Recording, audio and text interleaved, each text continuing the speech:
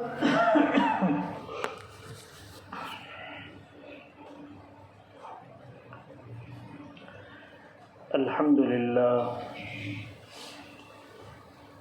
للہ وکفا وسلام علی عبادہ الذین اصطفى اما بعد فاعوذ باللہ من الشیطان الرجیم بسم اللہ الرحمن الرحیم یریدون لیطفئوا نور اللہ بافواہہم واللہ متم نورہ ولو کرہ الکافرون صدق اللہ العظیم۔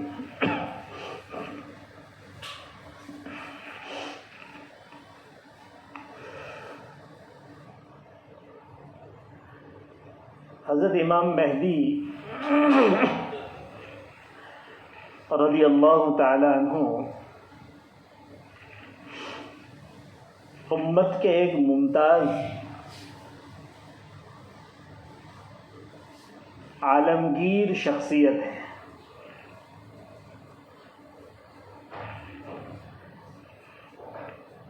یعنی یہ وہ شخصیت ہیں جن کے ذریعے اللہ تبارک و تعالی حضور اکرم صلی اللہ علیہ وسلم کے ذریعے انسانوں تک جو اپنا دین پہنچائے ہیں، اس کو پورے عالم میں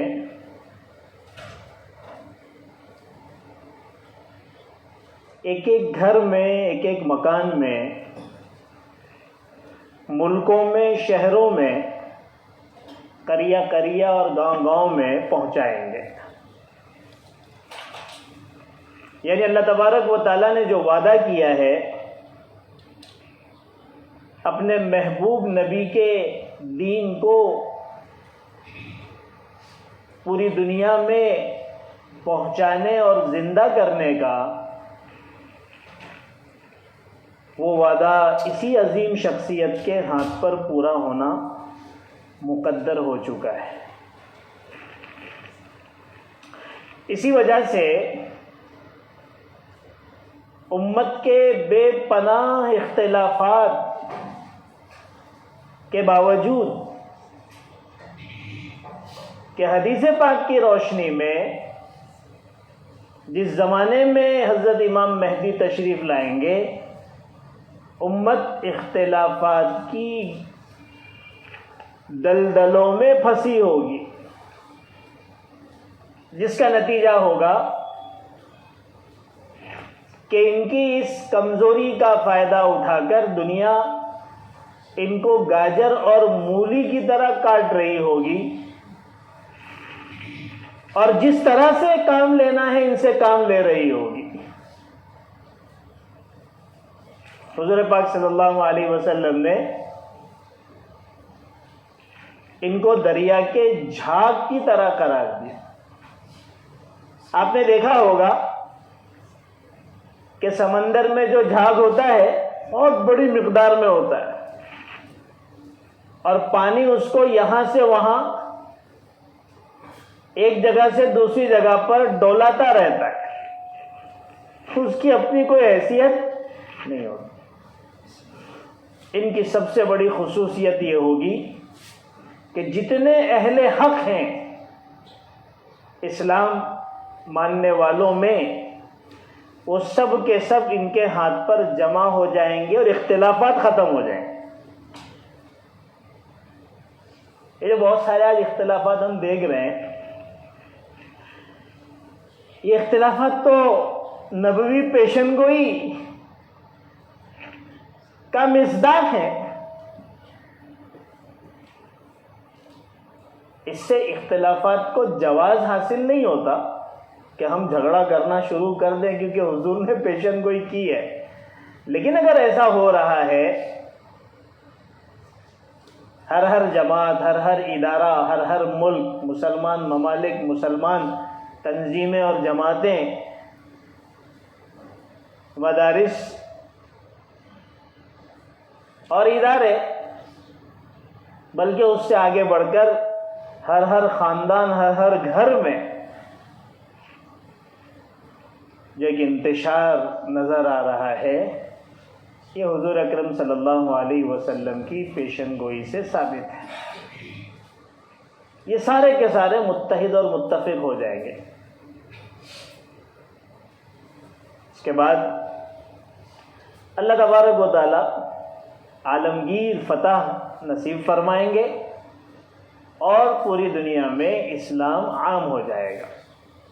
پھر پوری دنیا کا مذہب اسلام ہوگا، پھر کوئی مذہب، کوئی دین، کوئی کلچر، کوئی تہذیب دنیا میں باقی نہیں رہے گی سوائے رسول اللہ صلی اللہ علیہ وسلم کے لائے ہوئے دین کے۔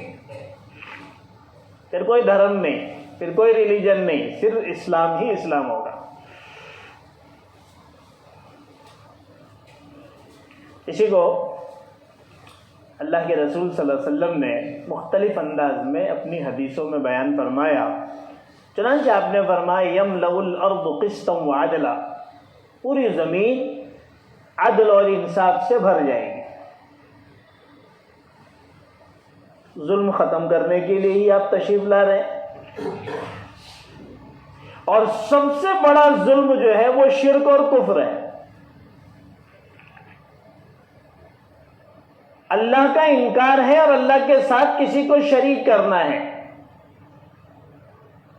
اور پھر اللہ کے دین کے خلاف دوسرے دین کو قائم کرنا اور اللہ کے احکام کے مقابلے میں بندوں کا اپنے حکموں کو چلانا، یہ دوسرا بڑا ظلم ہے۔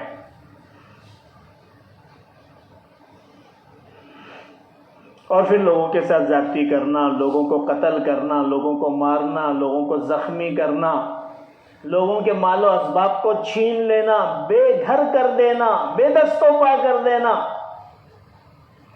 عصمتیں لوٹنا، یہ بھی ظلم ہے۔ ہر قسم کا ظلم ختم ہوگا اور اس کی جگہ انصاف قائم ہو جائے گا۔ کہاں قائم ہوگا؟ اللہ کے رسول نے لفظ استعمال کیا یملأ الارض، پوری زمین میں، زمین کے کسی ملک اور کسی خطے میں نہیں۔ یہ ایک خاص عمل ہوگا، کام ہوگا، کردار ہوگا حضرت امام مہدی رضی اللہ تعالی عنہ کا، بڑا کارنامہ ہوگا۔ آج آدمی اپنے گھر میں 100% اسلام جاری نہیں کر سکتا، اپنے ماتحتوں میں 100% اسلام جاری نہیں کر پا رہا ہے، کر سکتا نہیں کہنا چاہیے، نہیں کر پا رہا ہے۔ گھر سے آگے خاندان، اور خاندان سے آگے سوسائٹی، اور اس سے آگے محلہ، اور اس سے آگے گاؤں اور بستی، قصبہ اور شہر اور ملک تو چھوڑیے،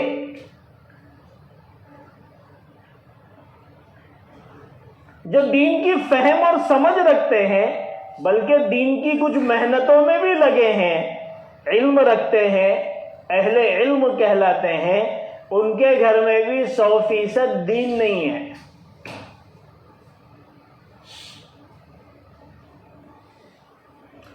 تو پوری دنیا کے اندر 100% دین، ہر گھر میں 100% اسلام، ظلم کا خاتمہ، عدل و انصاف کا دورہ، کتنا بڑا کام ہے،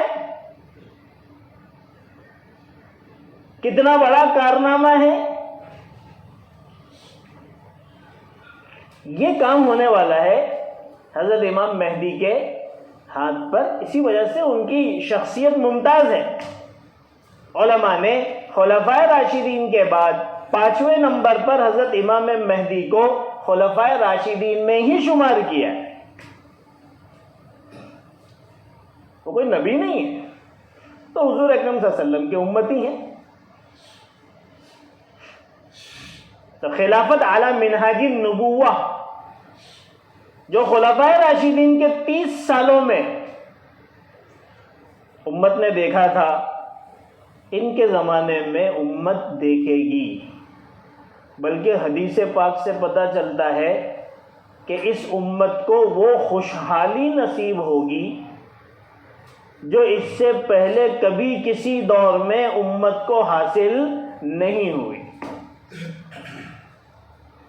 مال و دولت بہا جا رہا ہوگا، لینے والا کوئی نہیں ہوگا۔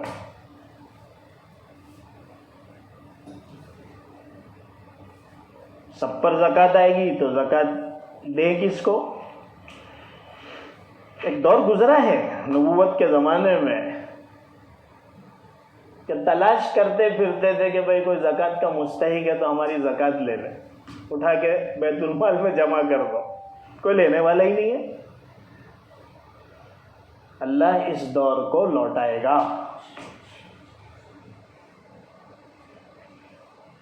تو عدل و انصاف سے بھی پوری دنیا بھر جائے گی،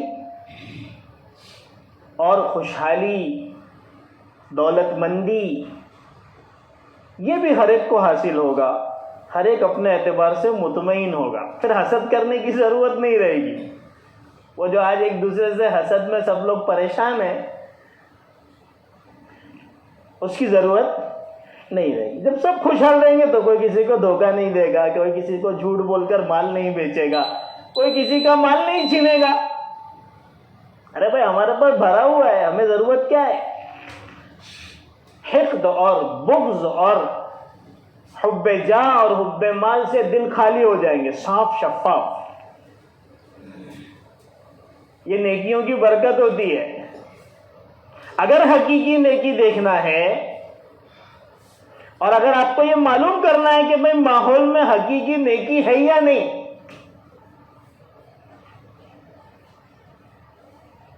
تو لوگوں کے معاملات کو دیکھیں، لوگوں کے اخلاق کو دیکھیں۔ اگر اخلاق سدھر گئے اور معاملات اچھے ہو گئے تو یہ اس بات کی دلیل ہے کہ معاشرے میں نیکی کا دور دورہ ہے، نیکی اپنا کام کر رہی ہے۔ اگر دل میں بغض ہے، دل میں حسد ہے، دل میں جلن ہے، دل میں کبر ہے، دل میں حب جاہ ہے، دل میں حب مال ہے، دل میں فساد ہے، دل میں فتنہ ہے، دل میں تکبر ہے، تو یہ اس بات کی علامت ہے کہ جو کچھ دکھ رہا ہے وہ دھوکہ ہے۔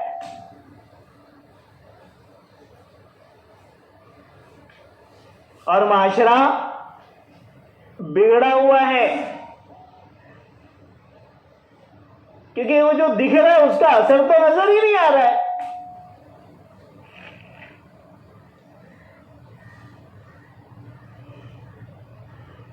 معاملات صحیح ہو جانا چاہیے،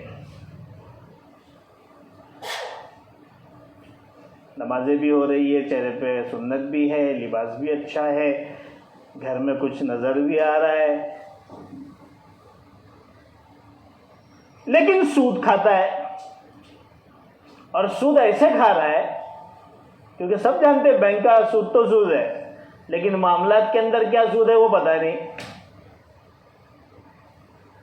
غلط معاملہ کر کے سود کھا رہا ہے، غلط معاملہ کر کے قمار اور جوا کے اندر مبتلا ہے، ڈنڈے میں کانٹا مارتا ہے، غلط مارکا لگا کر بیچتا ہے۔ یہ جاپان کا مال ہے، دیکھو مارکا لگا ہوا ہے، کون کر رہے ہیں؟ دین کے ٹھیکیدار کر رہے ہیں، الگ الگ انداز میں کر رہے ہیں، دھوکہ دے کر معاملات کیے جا رہے ہیں۔ تو سمجھ لیں کہ ہم دین کے دھوکے میں پڑے ہیں، ہم میں دین نہیں ہے۔ حضرت امام مہدی کے زمانے میں یہ ساری چیزیں ختم ہو جائے گی، کیونکہ حقیقی دین اپنی شکل میں موجود ہوگا، جس کا اللہ کے رسول صلی اللہ علیہ وسلم نے وعدہ کیا ہے۔ اتنی محنت کر کے جو ماحول اور جو معاشرہ آپ نے بنایا تھا وہ دوبارہ زندہ ہوگا۔ شکیل کے 95 میں دعوی مہدویت سے لے کر 2025-30 سال ہو گئے. ہمیں سارا معاملہ الٹا نظر آ رہا ہے. ہمیں دنیا میں عدل اور انصاف نظر کہیں نہیں نظر آ رہا ہے، بلکہ اس کے برخلاف ظلم ہی ظلم نظر آ رہا ہے. کہ جتنا ظلم اس دور میں ہو رہا ہے، ہلاکو خان اور اس طرح کے بڑے بڑے ظالم بھی ایسا ظلم نہیں کر پائے تھے. علاقوں تک سمٹا ہوا معاملہ تھا. یہ تو پوری دنیا کو ظلم سے ہٹا دیا گیا ہے. تو یہاں تو ظلم ہی ظلم ہے، نا انصافی ہی نا انصافی ہے. عالمی سطح پر خاص طور پر مسلمانوں کے حق میں جتنی قراردادیں پاس ہوتی ہیں وہ ظلم پر مبنی ہوتی ہیں. جو فیصلے ہوتے ہیں وہ ظلم پر ہوتے ہیں. مسلمانوں کو کسی جگہ کھڑے ہونے کا موقع ہی نہیں دیا جا رہا ہے. چلو ہمارے ملک میں دیکھ لیجیے، آئے دن پارلیمنٹ سے جو قراردادیں پاس ہو رہی ہے، جو حکم نامے پاس ہو رہے ہیں، وہ مسلمانوں کے خلاف ہے. ایسا محسوس ہوتا ہے کہ ان کے نظروں میں ہمارے علاوہ کوئی حسین و جمیل ہے ہی نہیں. ہم ہی نظر آتے ہیں، سارے قانون ہمارے خلاف پاس ہو رہے ہیں. تو اگر سچا مہدی شکیل ہے تو دنیا میں تو عدل و انصاف ہونا چاہیے. دنیا میں ظلم کا راج یہ بتاتا ہے کہ یہ سچا مہدی نہیں ہے. اور کم از کم ظلم کے خلاف قدم تو بڑھانا چاہیے، جو ان کا اصل کام ہے. ارے بھائی، عدل و انصاف ایسی قائم ہو جائے گا دنیا میں، اس کے لیے بڑی بڑی قربانیاں ہیں. مہدی اور اس کی جماعت بڑی بڑی قربانیاں دیں گی، بڑی بڑی جنگیں ہوں گی. اللہ کی مدد ساتھ میں ہوگی. اللہ تبارک و تعالی کامیابی نصیب فرمائیں گے اور عدل انصاف قائم ہوگا. تو ظاہر سی بات ہے اس کے لیے آپ کو نکلنا پڑے گا، محنت و مشقت برداشت کرنی پڑے گی. اس کے بعد جا کر کچھ نتیجے ملیں گے. من جد وجد، محنت جو کرے گا وہ اس کا نتیجہ پائے گا. یہاں تو کچھ بھی نہیں ہے. تو اس نے اس میں بھی تعویل کیا. کیا تعویل کیا؟ اس نے کہا یہاں پر یملأ الارض قسطا وعدلا، ارض سے مراد یہاں پر پوری دنیا نہیں ہے. تو کیا ہے؟ اس نے کہا اس سے مراد جس بستی میں رہتا ہوں وہاں وہ جو علاقہ ہے وہاں عدل و انصاف کا قائم ہو جانا کافی ہے. یعنی پوری دنیا میں ہمارا دیش بھارت کا ایک صوبہ مہاراشٹر کا ایک ضلع اورنگ آباد کا کوئی ایک شہر ہوگا، اور اس کے اطراف میں ایک چھوٹا سا گاؤں ہے، پڑے گاؤں، جہاں پر وہ اس وقت سالہ سال سے رہتا ہے. اس علاقے میں اگر امن و امان ہے تو بس ساری حدیثوں پر عمل ہو گیا. تو یہ ساری فضول باتیں. ویسے کتنے سارے دارالاسلام بنے اور ختم ہو گئے اور امن و امان تھا. آپ مولانا مودودی صاحب کی تاریخ پڑھ کے دیکھیں، انہوں نے بھی اپنے زمانے میں ایک علاقے کے اندر اسی طرح کا جو ہے وہ علاقہ بسایا تھا، اور اس کا نام بھی جو ہے وہ دارالاسلام جیسا ہی رکھا تھا. تو ایسے تو بہت سارے علاقے، اور آج الحمدللہ مسلم ممالک میں ایسے کتنے علاقے ہوں گے جہاں پر عدل و انصاف ہے، ساری چیزیں ہیں، لیکن یہ مراد نہیں. اور جہاں تک خوشحالی کی بات ہے تو ظاہر سی بات ہے کہ مسلمان فقر و افلاس میں مبتلا ہے، تنگیوں میں مبتلا ہے، مالی اعتبار سے بہت کمزور ہے. ہمارے ملک لو، دنیا کے دوسرے ممالک لو، مسلمانوں کے حالات دوسری قوموں کے مقابلے میں بہت کمزور ہے. تو وہ جو خوشحالی حضرت امام مہدی کے زمانے میں ملنے والی وہ تو کہیں نظر آتی نہیں. اب وہ اگر یہ مراد لیتا ہے کہ اتنے علاقے میں خوشحالی، تو یہ اس کا اپنا جو ہے ایجاد بندہ ہے، حدیث کی مراد یہ نہیں ہے۔ اللہ تعالیٰ نے پورے دنیا کے اندر عدل و انصاف اور اسلام کے پھیلنے کا مژدہ دیا ہے، خوشخبری دی ہے، اور پورے دنیا کے لوگوں کی خوشحالی کا پیغام دیا ہے۔ چھوٹے سے کوئی علاقہ مراد نہیں ہے۔ تو وہ باہر نکل کر باطل کا مقابلہ کرنا اور اسلام کو دنیا کے اندر پھیلانا، اس کے لیے قربانی دینا، یہ سب کام کرنے کے لیے وہ تیار نہیں ہے۔ تو بہرحال اس کا جو ہے وہ مہدی کا دعویٰ پوری طریقے سے باطل ہے، پوری طریقے سے غلط ہے۔ یہ صرف امت کو گمراہی کے دلدل میں پھنسانے کی کوشش ہے۔ جو اسلام کے دشمن ہیں، مسلمانوں کے دشمن ہیں، ان کے پاس اسباب و وسائل بہت ہے، وہ اس طرح کے لوگوں کو ہر زمانے میں کھڑا کرتے رہتے ہیں تاکہ مسلمانوں کی قوت بھی پارا پارا ہو اور مسلمان اپنے ایمان اور اسلام سے بھی ہاتھ دھو بیٹھے۔ قادیانی بھی آگے چلا گیا، کروڑوں لاکھوں لوگ جو ہے وہ ہر اعتبار سے جو ہے وہ برباد ہو گئے۔ اس کے بعد پتہ نہیں کتنے دنیا میں لوگ آئے، اور اس جیسے اور بھی اس وقت دنیا میں کئی ہیں۔ مقصد ان کا وہی ہے۔ ہمارا کام ہے کہ ہم ان فتنوں سے اپنے آپ کو اور اپنے بچوں کو بچائیں، اپنے معاشرے کو ان فتنوں سے بچانے کی کوشش کریں۔ یہ آگ جب لگی تھی تو کسی نے سوچا بھی نہیں تھا کہ اس کی لپٹیں کہاں تک پہنچ جائے گی۔ جیسے لاس اینجلس کے اندر جب آگ لگی تو اس کو معمولی سمجھا گیا تھا کہ بھائی، لیکن 15 منٹ کے اندر آگ کہاں سے کہاں تک پہنچ گئی۔ لیکن دنیاوی آگ کا زیادہ سے زیادہ نقصان کیا ہے؟ دنیاوی آگ کا زیادہ سے زیادہ نقصان یہ ہے کہ انسان مر جائے گا، اس کی پراپرٹی تباہ و برباد ہوگی، زیادہ سے زیادہ یہی ہوگا۔ لیکن یہ جو فتنے ہیں، اس کی آگ ایسی ہے کہ اگر اس آگ کا کوئی شکار ہو گیا تو اس کا ایمان جو اس کا سب سے بڑا سرمایہ ہے وہی ختم ہو جائے گا۔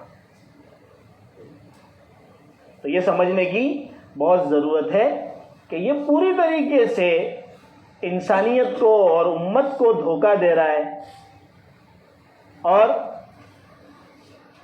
ہمیں اپنے ایمان سے محروم کرنے کی کوشش کر رہا ہے۔ اس میں سب سے بڑا تڑکا اس وقت لگتا ہے جب وہ یہ کہتا ہے کہ میں مہدی بھی ہوں اور عیسیٰ بھی ہوں۔ بیک وقت میں مہدی بھی ہوں، عیسیٰ بھی ہوں۔ میں تفصیل سے آپ کو بتا چکا ہوں کہ حضرت مہدی کی شخصیت بالکل الگ ہے، وہ اس امت کے ایک فرد ہیں، ان کی شکل و صورت، ان کا خاندان و نسل، ان کا کام، ان کا کردار وہ بالکل الگ ہے۔ وہ دنیا میں 7 سے 9 سال رہیں گے، اسی میں وہ سارے عالم کو فتح کریں گے، اور پھر ان کی وفات ہوگی۔ حضرت عیسیٰ ان کا نماز جنازہ پڑھائیں گے، یہاں پر ان کا کام پورا ہو جاتا ہے اور دنیا سے روانہ ہو جاتا ہے۔ اور حضرت عیسیٰ مستقل الگ شخصیت ہے، وہ بنی اسرائیل کے آخری نبی تھے، رسول تھے، حضور اکرم صلی اللہ علیہ وسلم سے تقریباً 600 سال پہلے پیدا ہوئے۔ اللہ تبارک و تعالیٰ نے یہودیوں کے نرغے سے ان کو بچانے کے لیے 2 فرشتوں کے ذریعے سے آسمان پر اٹھایا، آج بھی وہ موجود ہے، زندہ ہیں۔ یہودیوں کو ہی ختم کرنے کے لیے، اور یہودیوں کا جو سرغنہ ہوگا، جو ساری ابلیسی طاقتوں کا محور اور مرکز ہوگا دجال، اس کو ختم کرنے کے لیے اللہ تبارک و تعالیٰ حضرت عیسیٰ کو بھیجیں گے۔ انہوں نے قتل کرنا چاہا، اللہ تعالیٰ نے یہودیوں کو باقی رکھا، ورنہ آپ تاریخ اٹھا کر پڑھیے، یہودیوں پر ایسی بڑی بڑی آفتیں آئی اور ایسے بڑے بڑے ظالم بادشاہ مسلط ہوئے کہ ہونا تو یہ چاہیے تھا کہ ان کا نام و نشان دنیا سے مٹ جاتا، لیکن اللہ نے ان کو باقی رکھا، اور ان کو ختم کریں گے حضرت عیسیٰ کے ہی ہاتھوں، کہ حضرت عیسیٰ کے ہاتھ دجال قتل ہوگا، اور اس کے بعد پھر جو ہے وہ یہودیوں کا خاتمہ ہوگا، اور صرف یہودیت ہی نہیں بلکہ سارے مذاہب ختم ہو جائیں گے۔ تو دونوں شخصیتیں بالکل الگ الگ ہیں۔ اور اس کا کیا کہنا ہے کہ میں بیک وقت مہدی بھی ہوں اور بیک وقت عیسیٰ بھی. عجیب سا فلسفہ ہے. ایک آدمی حضرت عیسیٰ کے 2000 سال کے بعد پیدا ہو رہا ہے اور ہندوستان میں پیدا ہو رہا ہے اور وہ یہ دعویٰ کرتا ہے کہ میں عیسیٰ ہوں. ارے بھائی تمہارے پاس اس کی دلیل کیا ہے؟ کوئی اگر یہ دعویٰ کر سکتا ہے کہ میں عیسیٰ ہوں تو کوئی بول سکتا ہے میں ابراہیم ہوں، میں اسماعیل ہوں، میں اسحاق ہوں، میں آدم ہوں. کوئی بھی دعویٰ کر سکتا ہے. دعویٰ تو اس وقت قابل قبول ہوگا جب تمہارے پاس دلیل ہوگی. تو اس نے دلیل کیا پیش کیا؟ اس نے دلیل یہ پیش کیا کہ میری جو روح ہے، یہ ان کی کتاب کی بات کر رہا ہوں، اس نے کچھ چھوٹے موٹے کتابچے بھی لکھے ہیں کہ میری روح تو کب سے نکل چکی ہے، مجھ میں حضرت عیسیٰ کی روح آ گئی ہے.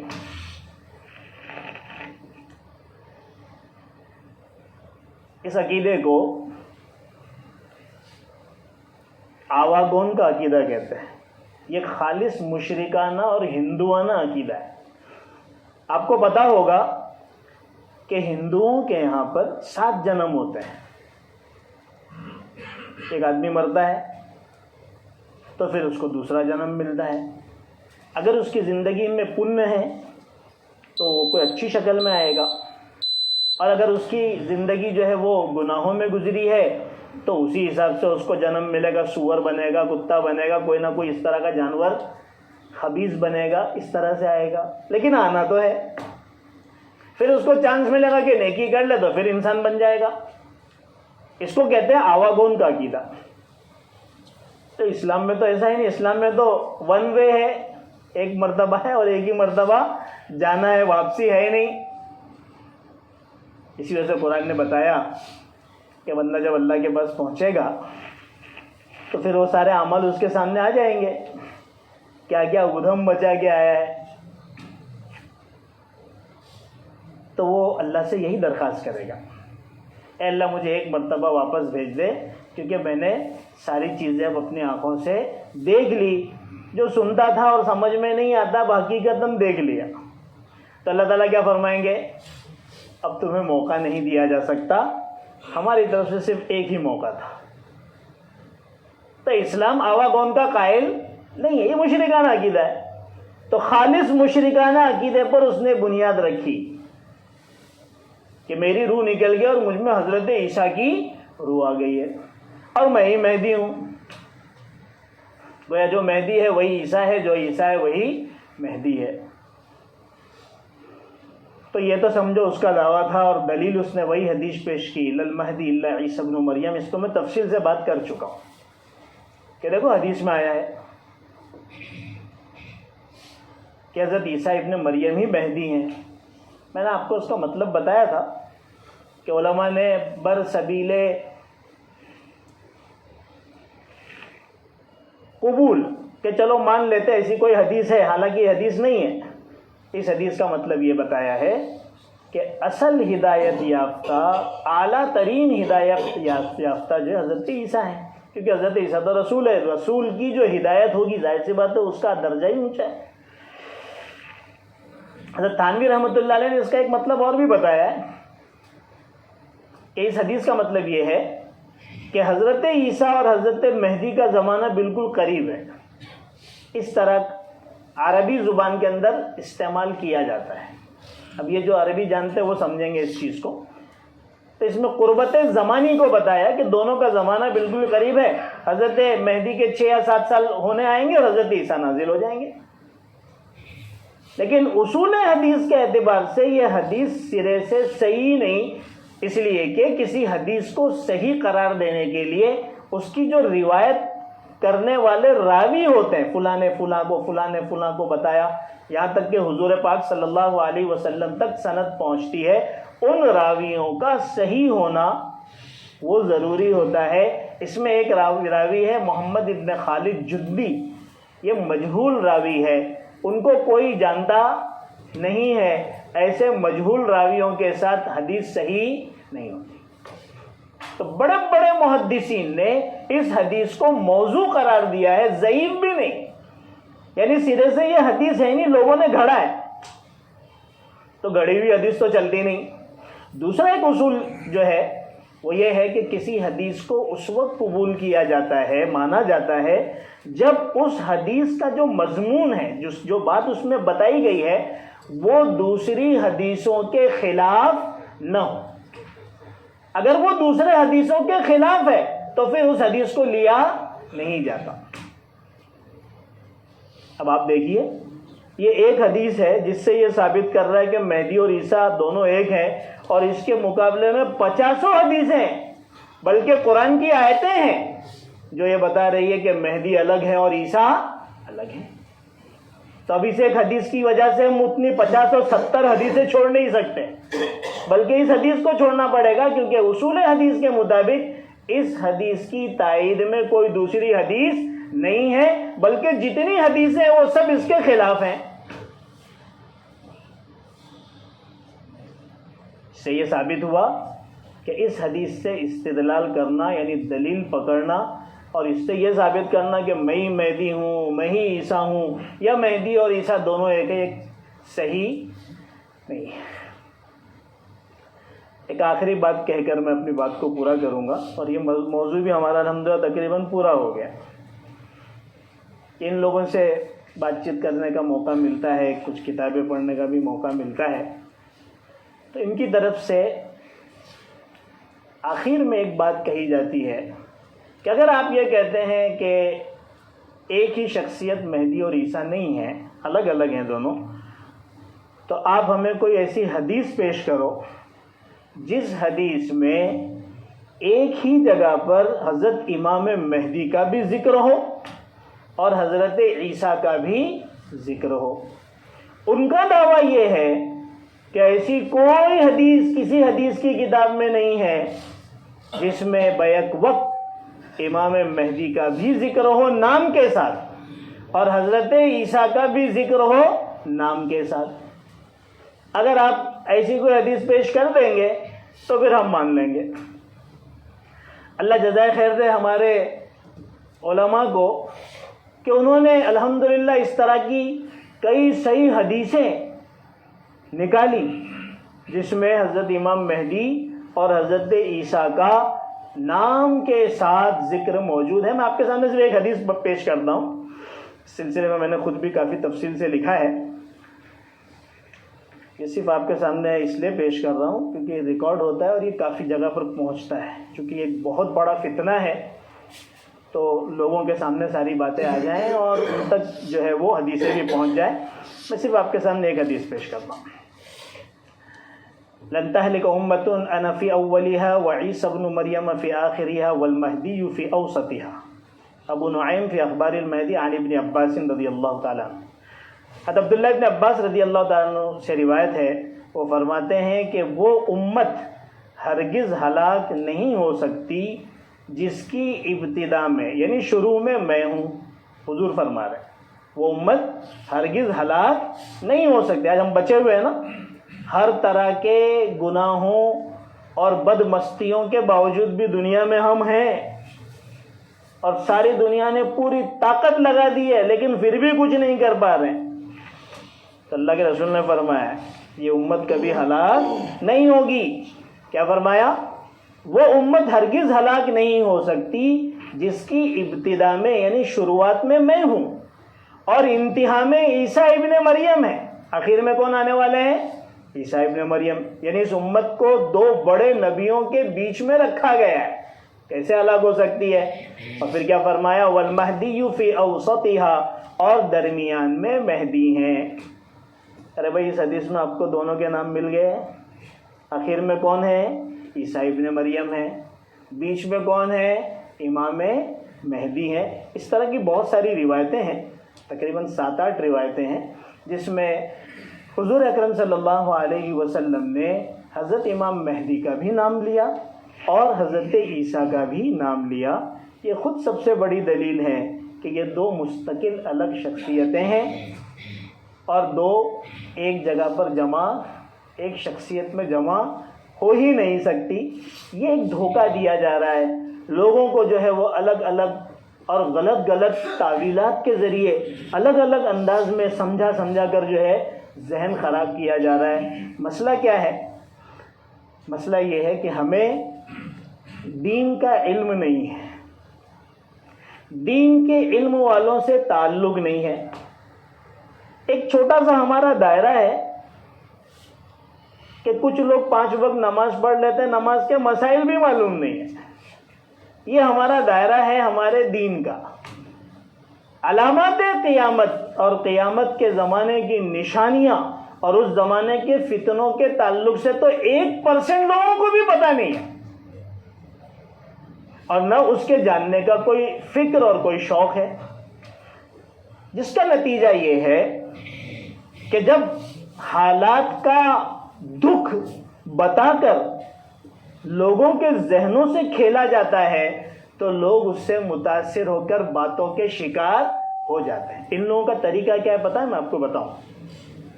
یہ ٹارگٹ کرتے ہیں کہ بھئی فلاں صاحب تھوڑے سے دین سے جڑے ہوئے ہیں، نماز میں نظر آتے ہیں. آج کے دین سے جڑے ہونے کا معیار کیا ہے کہ کبھی کبھی نماز میں آ جائے تو بولے دیندار ہے، یہ معیار ہے. تو وہ اس کو ٹارگٹ کرتے ہیں، پھر اس سے کسی دن ملاقات کر کے سلام کلام کر کے بات کریں گے. الیک سلیک ہوگا، کیا کرتے ہو، کیا پڑھتے ہو، کیا جاب ہے، وغیرہ وغیرہ. اس کے بعد پھر کسی دن فون آئے گا کہ فلاں جگہ پر بیٹھتے ہیں، ہوٹل میں ملتے ہیں، ذرا شام کے بعد چائے پیتے ہیں. پھر اس طرح سے ملاقات آگے بڑھتی ہے.